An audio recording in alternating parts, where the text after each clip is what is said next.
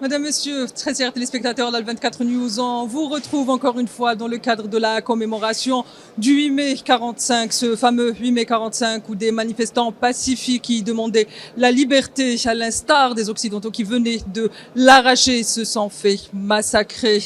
Et on continue avec les entretiens consacrés à cet événement, à cette journée de commémoration, avec deux sénateurs qui nous viennent tout de droit de France, de Paris plus précisément. J'ai le plaisir d'être aussi accompagnée donc de Brillantine Guillaumont, qui est sénatrice. Bonsoir Brillantine, merci d'avoir accepté notre invitation. Bonsoir, sénatrice Sophie Briand-Guillemont.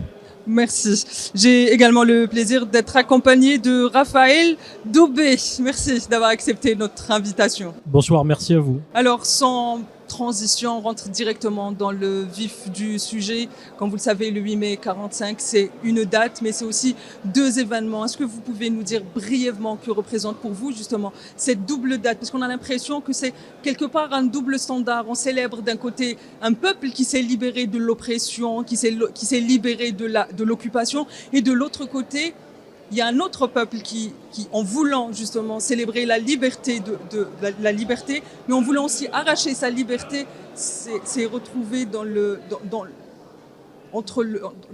marteau de l'oppresseur et du colon. Bien sûr, alors, nous on est précisément ici aujourd'hui pour pouvoir partager avec vous ce moment qui est très important, puisque c'est le 80e anniversaire. Alors évidemment, pour nous, le 8 mai 45 n'a pas forcément la même symbolique quand on est en France que quand on est en Algérie. Et ça, on le comprend parfaitement. Vu la situation actuelle diplomatique entre nos deux pays, c'était pour nous très important que la France puisse être présente aujourd'hui. Et c'est la raison pour laquelle nous sommes 12 parlementaires à être venus aujourd'hui spécifiquement pour partager ce moment avec vous. Alors justement, vous avez parlé de cette crise qui secoue les deux pays, de l'importance justement d'être aujourd'hui ici. Mais parfois, on a l'impression, enfin, ce n'est pas une impression, c'est même une réalité. En France, le peuple français connaît très peu cette partie de l'histoire de la colonisation, l'histoire du 8 mai 45, on le connaît très peu. Pourquoi il y a eu cette chape de plomb sur l'histoire coloniale en France aujourd'hui?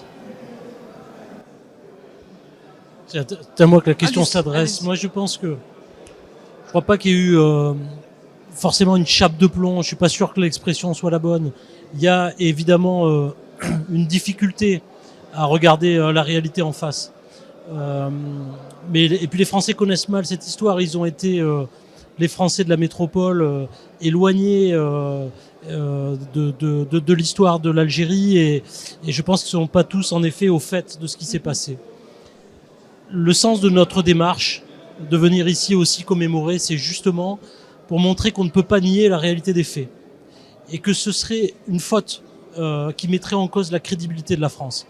Donc vraiment, pour que notre parole soit forte, on pense qu'il faut justement faire connaître cette réalité, l'assumer, et c'est ce qu'on essaye de faire auprès de nos concitoyens. Vous avez parlé tout à l'heure, Sophie, justement de cette actualité brûlante entre les deux pays. Comment est-ce qu'aujourd'hui on peut justement dissocier les deux et faire en sorte que l'actualité et l'histoire, parce on voit que certaines tranches de la politique nationale française surfent justement sur cette histoire coloniale et comme vous le dites, refusent de voir la vérité en face et en font une politique nationale. Mais comment est-ce qu'aujourd'hui on peut dissocier les deux, apaiser les mémoires et continuer à avancer ensemble? Alors, je ne suis pas sûre que la réponse soit particulièrement simple et ni que quelqu'un l'ait parce que sinon on l'aurait d'ores et déjà mise en œuvre.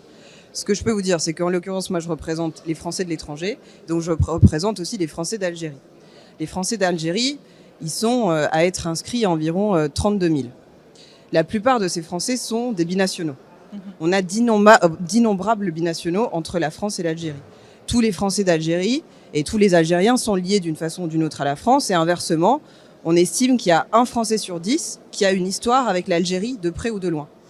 Et c'est le sens de notre démarche aujourd'hui, c'est-à-dire qu'indépendamment des gouvernements, nous, on représente nos concitoyens.